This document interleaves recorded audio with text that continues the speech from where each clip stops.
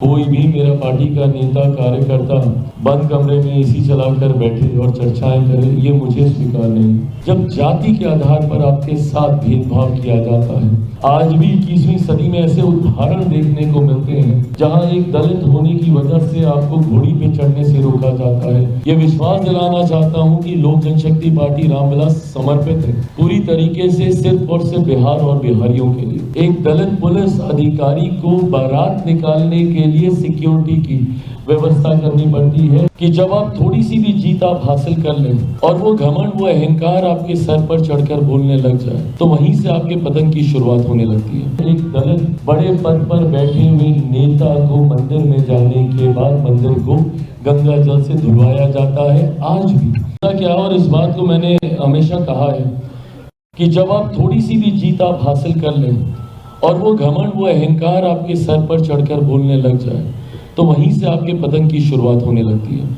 जिस दिन मैं 2024 में ये समझ लेता कि भैया पार्टी ने एक बड़ी जीत हासिल कर ली है, 5 के 5 मेरे सांसद जीत गए, मुझे मेहनत करने की जरूरत नहीं है, तो उस दिन से मेरे पतन की शुरुआत फिर से हो जाती। उस दिन ना सिर्फ अपने सांसदों से बल्कि पार्टी के हर एक नेता कार्यकर्ता से मैंने यही कहा था कि अब हमें दुगनी ताकत से अगले 1 साल विधानसभा के चुनाव के लिए हम लोग को मेहनत करनी है। वो नव संकल्प यात्रा हो या विभिन्न माध्यमों से हम लोगों ने जितने कार्यक्रम बिहार के अलग अलग जिलों में आयोजित किए, इसी लक्ष्य, इसी उद्देश्य के साथ कि निरंतरता में जनता के साथ जुड़े रहना जरूरी है, उनकी आवाज बनना जरूरी है। आज पुनः आप सबके माध्यम से मैं बिहार की जनता को यह विश्वास दिलाना चाहता हूं कि लोक जनशक्ति पार्टी रामविलास समर्पित है पूरी तरीके से सिर्फ और सिर्फ बिहार और बिहारियों के लिए। आज पार्टी को ये जीत हासिल हुई है, बट उसके बावजूद कल पार्टी की हुई बैठक में पुनः यह संकल्प लिया गया कि इसके बाद पार्टी अब दुगनी नहीं, संभवतः चौगुनी ताकत से मेहनत करेगी, जनता के बीच जाकर उनके जुड़े हुए मुद्दों को, उनकी समस्या का समाधान करने का काम करेगी और विधानसभा में और बिहार की कैबिनेट में उनकी आवाज बनने का काम करेगी। अपनी सोच, अपने विचार Lok Janshakti party Ramvilas Bihar first, Bihari first के संकल्प के साथ चल रही है। ये बिहार और बिहारियों को एक विकसित राज्य देने का संकल्प है। बिहार को फर्स्ट, बिहारियों को फर्स्ट बनाने की ये सोच है।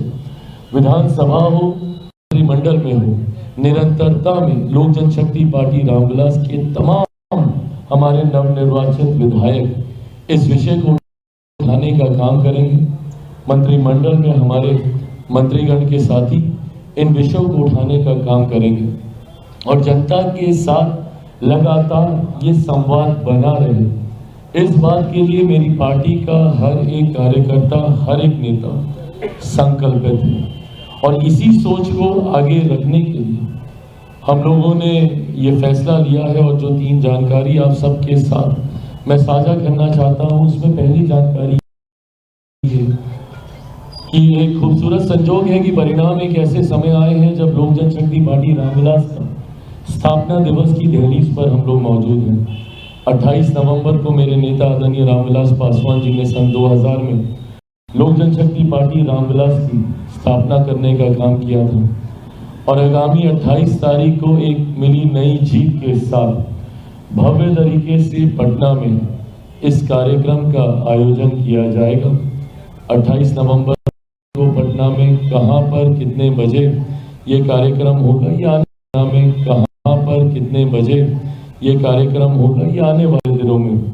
पार्टी के प्रदेश नेतृत्व द्वारा ये जानकारी साझा की जाएगी। अशरफ अंसारी जी,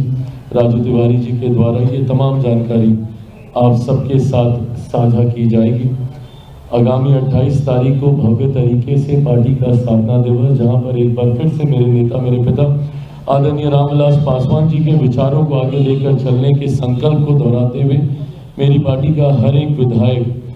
आगामी दिनों में हम लोग की क्या रणनीति रूपरेखा होगी, उस पर हम लोग चर्चा करने का हम लोग काम करेंगे। जैसा मैंने कहा कि जनता के साथ निरंतरता में जुड़े रहना जरूरी है। कोई भी मेरा पार्टी का नेता कार्यकर्ता बंद कमरे में एसी चलाकर बैठे और चर्चाएं करे, ये मुझे स्वीकार नहीं। And I would want to lead by giving examples. मैं खुद उदाहरण स्थापित करने पे मैंने विश्वास किया है और मैंने पार्टी के नेता कार्यकर्ताओं को हमेशा बस इतनी आग्रह की है कि जितनी मेहनत मैं कर रहा हूँ बस उतनी करें, ना मुझसे 1 मिनट ज़्यादा करने की ज़रूरत है, बट मुझसे 1 मिनट कम कीजिएगा तो मुझे ज़रूर एतराज़ होगा। नॉन पॉलिटिकल ऑर्गेनाइजेशन होने की वजह से अनुसूचित जाति जनजाति से जुड़े हुए तमाम विषयों को मजबूती से हर मंच पर उठाने का काम करेगी। आज भी अफसोस होता है, मैं एक ऐसे समाज की कल्पना करता हूँ जहाँ जात पात धर्म मजहब से उठकर लोग एकजुट होकर समावेश की सोच के साथ आगे बढ़ने का काम करें। पर ऐसे में आज भी इस बात को देखकर अफसोस होता है जब जाति के आधार पर आपके साथ भेदभाव किया जाता है। आज भी 21वीं सदी में ऐसे उदाहरण देखने को मिलते हैं जहां एक दलित होने की वजह से आपको घोड़ी पे चढ़ने से रोका जाता है, एक दलित पुलिस अधिकारी को बारात निकालने के लिए सिक्योरिटी की व्यवस्था करनी पड़ती है, एक दलित बड़े पद पर बैठे हुए नेता को मंदिर में जाने के बाद मंदिर को गंगा जल से धुलवाया जाता है। आज भी ऐसे उदाहरण देखने को मिलते हैं। दलित सेना ने हमेशा से इस बात को लेकर संघर्ष करने का काम किया है ताकि जाति के आधार पर किसी के साथ किसी तरीके का भेदभाव नहीं हो और एक इक्वालिटी की भावना के साथ, समावेश की सोच के साथ सब आगे बढ़ने का काम करें। पुनः उसी सोच को आगे बढ़ाने का काम दलित सेना करने का काम करेगी और पार्टी का राष्ट्रीय अध्यक्ष होने के नाते मैं अपने आप को उस पिता की भूमिका में देखता हूं जो अपने हर बच्चे को के लिए अपना सर्वोच्च न्यौछावर करने की सोच रखता है। पर कई बार सीमाओं की वजह से कुछ बच्चों के लिए वो कार्य कर पाते हैं, बट कुछ बच्चे उस भावना से अछूते रह जाते हैं। ऐसे में मैं अपने तमाम उन साथियों को भी विश्वास दिलाना चाहता हूं कि लोक जनशक्ति पार्टी रामविलास हर एक उस नेता कार्यकर्ता के समर्पण का सम्मान करती है जिन्होंने निस्वार्थ होकर उनको चुनाव लड़ने का मौका मिला नहीं मिला, पार्टी ने उनके साथ चुनाव के समय साथ कितना दिया नहीं दे पाए, उसके बावजूद